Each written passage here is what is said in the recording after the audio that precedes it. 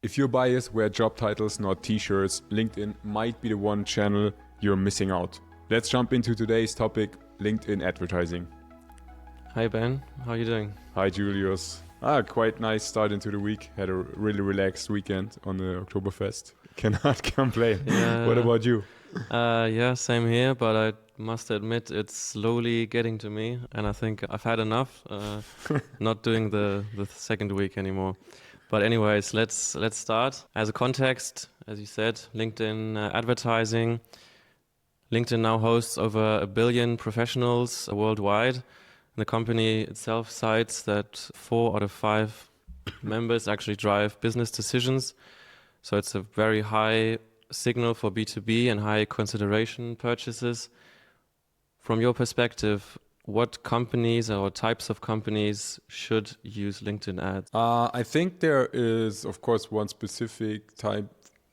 It's mostly B2B, or if you have B2C and you have really, really big baskets, that's also possible, but rarely that you have a B2C product that has a super big basket. But yeah, if you have complex products selling B2B with longer deal cycles, you need to explain the product well, or you have to create the demand upfront. That's definitely, LinkedIn is perfect. You have a great targeting, and I mean, many advertisers complain that the CPMs are quite high, but when you compare them to, let's take print media, for example, you can have a very good targeting in print media as well, but it's very unlikely that it will have a comparable CPM to LinkedIn. So LinkedIn is actually not super expensive. Yeah, okay, now let's touch on that later, but maybe just one follow-up question. So you talked about compared to print media, how does it perform compared to other digital channels, and what companies maybe that don't perform well on other channels maybe perform better on LinkedIn? I think that there is always the question of how much demand is already on the market. So when you sell a product that has literally no demand, let's say you're inventing a fire protection system for large buildings, and it's completely different to all previously seen fire protection systems. And large buildings, let's take buildings of 50 floors or more. Yeah. It can be that it's a great innovation, but if you just take search campaigns, for example, whenever someone searches for a fire protection system, it's unlikely that he will have a building with 50 floors. And it's also unlikely that he's super interested in getting a crazy innovation for a building that has 50 floors or more. So this is a very good example where you can target super specifically, and this, I mean, comparable for many software companies, for most of the B2B. But in general, if there's no product awareness, then B2B is always a great idea. So you've already touched on this, but sometimes it's more expensive, sometimes less expensive. Can you just talk a bit more about the costs of using LinkedIn compared to other channels? Of course. So whenever you have a great targeting and the audience is wealthy, there's a possibility that you can sell more. So that's simple mathematics. If you want to sell someone who has money, he can do a purchase. And if you want to sell to someone who has no money, he cannot do a purchase. So that's also for B2B, for B2C. That's not something that is specifically for B2B. That's also the reason why for advertisers, iOS is really important, because you know that someone already had the budget to afford an iPhone. But going back to what the CPMs or the prices are compared to other channels. So let's say you just want to target decision makers, maybe C-level from companies or from potential enterprise clients. So 500 or more employees. By some definition, it's 250 or more, but it doesn't really matter. You're not able to have this targeting on Meta, because Meta simply doesn't know many employers, and they also don't know, for many people, the job position. So some, of course, they have it in their profile or in the settings, but the targeting is just not really good. And if you only want to sell to enterprise clients, to C-level, you can really just set up the targeting on LinkedIn and really tailor the message perfectly. And you know this is only received and viewed by really, really relevant potential buyers. But that makes it quite contested as well, right? If everyone wants to target the CEOs for those high consideration B2B purchases, to target those very specific people, LinkedIn will also surely charge a premium, no? 100%. I mean, the premium is not really developed from LinkedIn itself. So they say, oh, now the CEO costs more, Yeah. but it's just from the competition. I mean, Yeah. the more people are bidding and the more advertisers are bidding on a specific audience, Yeah. the more likely they will actually pay more for that. So it's the same when you think back to the early days of meta advertising, when targeting was really granular. There was a possibility to target only mothers when they got a baby. And of course, there was always I don't think that they really purchased everything themselves, but it was very, very profitable to sell all these items you need when you need a baby, because like all of a sudden you need a lot of new stuff in your life. And I think that's comparable, the same. Whenever an audience is really interesting, you can make good business with this audience. The CPMs are rising.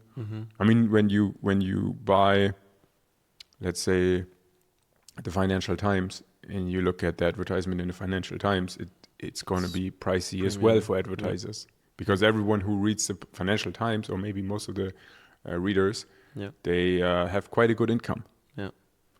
But so you're saying, in summary, it still makes sense to go through this channel because it allows you to be so super targeted that, in summary, it's still cheaper and more effective than other channels? I would say it depends. Over the last years, I've seen quite a trend. So maybe I'm just sharing this one. Just before our podcast today, I was checking the trends for on Google Trends. So let's just go for LinkedIn ads. And now we go worldwide. Opala. And over the time period 2004 to today. So I think that this trend is really, it's super funny, because just by analyzing this chart, I can interpret a lot of things. So when we compare it to Google Ads, it's Google Ads. Oh yeah. It's super funny because you see that Google Ads was quite steady and now it got stronger, but it's also like on an all-time peak. Let's go back to LinkedIn. So one thing that I've seen over the last years is that LinkedIn strategies got more and more mature, and there are really quite a handful of good strategies out there at the moment. But this was only in the last 5 to 6 or 7 years. And at the moment, when I look at this extreme peak, you really see a lot of companies who think that LinkedIn will be the missing piece of the puzzle to fix the current economy. So you look at the economy, and everyone was running Google Ads and other channels for the last years, and everyone was happy, and the interest rates were quite low, and this changed. So many advertisers at the moment, they struggle to reach their targets. They have their OKRs and they're not able to reach it. And I think that this is the biggest reason why LinkedIn currently has a big run. on it. But I don't think that for everyone who currently believes LinkedIn is the value driver, it's the case. For many of them, but not for everyone. Yeah, and it's not gonna solve everything, right? If the clients still, due to economic reasons, don't want to buy, then that still doesn't solve. Yeah, definitely. And also, I mean, it always depends on whether you really reach a decision maker or someone who can at least bring up the idea of considering a purchase. So, and I think for many companies, that's just not the case, especially in B2B. There are definitely industries where the biggest value driver is still just offline networking, all these things. Or most of the time, it's a combination. So I would say LinkedIn is not the value driver as a standalone solution, but it can be a very good opportunity to drive, maybe some MQLs or even for some companies, future business. Okay. Yeah, no, thanks for sharing that graph. So now if a client is approaching you, what would the first steps look like? What types of content and advertisement is there? And what do you recommend in a normal project?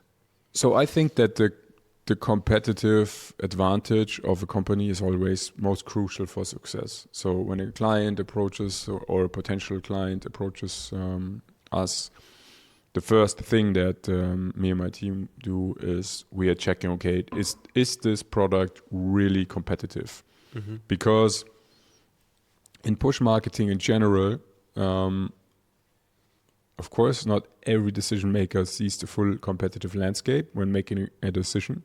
But in B2B, it's unlikely that you generate a campaign and just sell to someone because he wasn't comparing. So this is really important. No impulse purchases, no. Sometimes for very small companies, but not quite often. So there are not these purchase events that are just emotionally driven. So if you have a strong product or service, LinkedIn might be a good solution. Then you should have an average basket that is minimum 500 to 1,000 euros, but best case it's more 10. Okay. So why?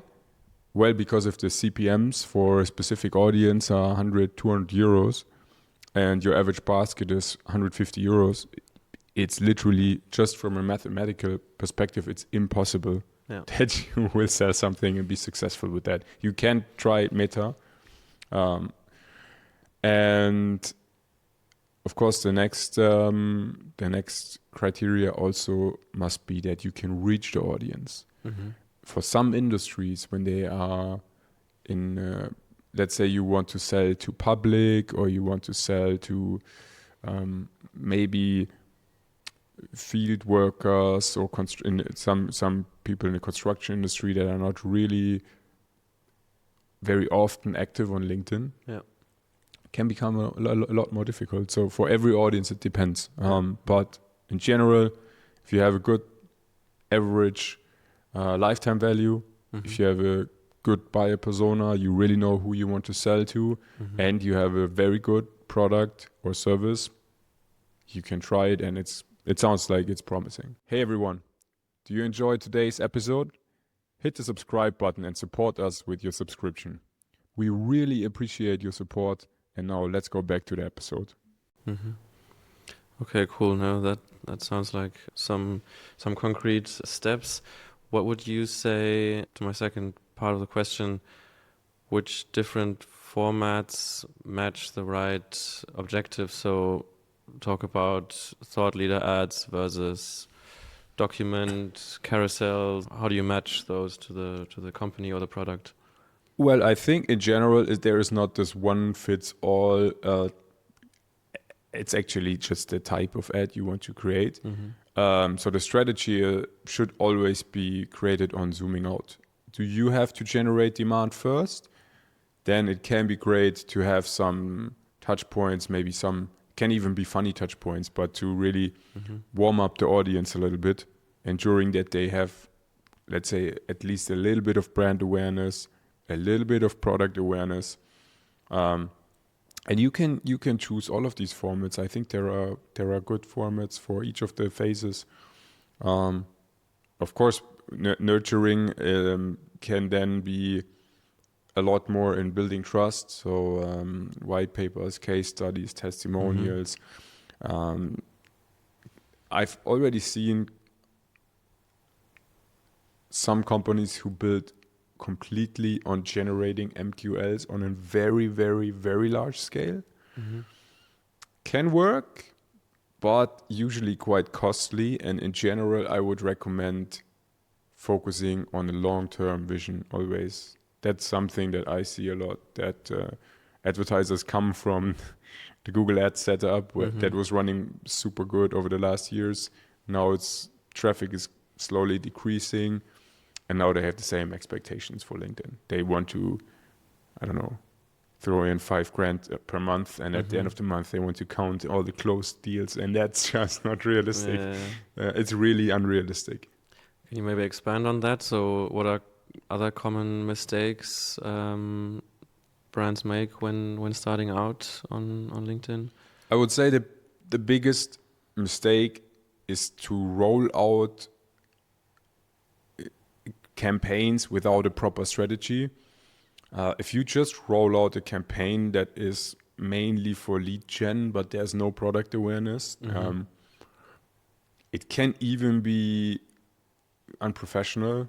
And the next thing I see a lot is that there is ad fatigue that really prevents any brand building. So if you just have a frequency cap of 2,000, I mean, at some point the platforms are restricting that, but you're just boring potential buyers. So you're really boring them. This is one of the first mistakes, so having no strategy. If you have a good strategy, the next big mistake I see quite often is there is no patience in really rolling out the strategy. So if someone sells you a good strategy for LinkedIn that works in less than 6 months, it's very likely that it's crap. Just consider, you don't, in B2C, you always just have to convince one person to do a purchase. That's easy. You can just say, well, that's a nice product. And if you're lucky, the person says, I agree, it's nice, I'm going to buy it. In B2B, especially when you have large tickets, so when you're selling complex or pricey products, no company will say, oh, here are 50K, let's just get, I don't know, a new software, let's implement it. So just from a theoretical perspective, benchmarking on a weekly basis or benchmarking on a monthly basis, it's not going to work. So my recommendation is for everyone who wants to try LinkedIn ads or who's currently running LinkedIn ads, either go with a 6-month or even better with a 12-month strategy and focus on having a good strategy and focus on all these nice strategies that are out there, and not going for some quick wins, just rolling out lead gen campaigns. Sometimes when you have someone super lower funnel can work. I've already seen that too. But in most of the cases, it's just cash burn, and everyone would be kind of frustrated because it doesn't deliver any result. Yeah. What are some good KPIs you can still look at during those longer periods of tracking and looking at the performance? So not weekly, but maybe monthly. It depends. So for building up product awareness and brand awareness, I would definitely go for engagement. So that's the reason why you can sometimes even be a little bit funny. But I would be careful with being funny, because I think for some B2B products, just cracking a joke, you can drive engagement and you can definitely build up the awareness for the brand, but it can be that the engagement is just not really worth anything. But I mean, if it's related to your product, then it's great. And so my recommendation would be, in the first place, to focus on engagement for building up the product awareness. And second, generating MQLs. So really measuring the leads that are generated, building up a pipeline, definitely the next step. And this is very individual. So some companies are offering demos, free trials. Yeah. Very sales-based. I think a webinar is always a great idea, or even events, but somewhere starting to blend all the advertisement with real people and human engagement. That's probably a good approach for most of the companies. Yeah, cool. No, thanks. That sounds like some good tips. I think some marketing managers could use that.